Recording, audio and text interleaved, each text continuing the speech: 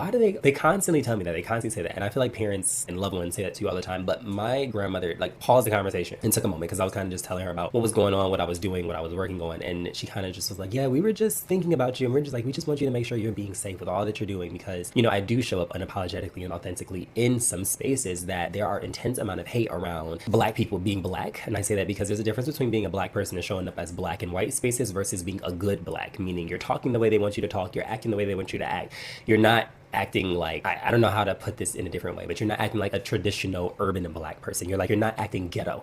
Like how I was raised. Whenever my mother would say you're being ghetto or you're acting ghetto, it's acting like black people from the hood, and you shouldn't be acting like that, and you can't act like that.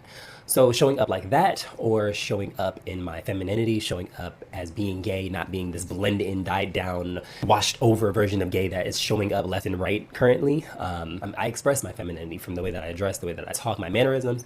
And on top of that, showing up with white men in black spaces. Sometimes it can be hateful. People don't want to see me there with him. And it's because they hate white people. They hate that I'm not with them. They hate that we're together. Who knows?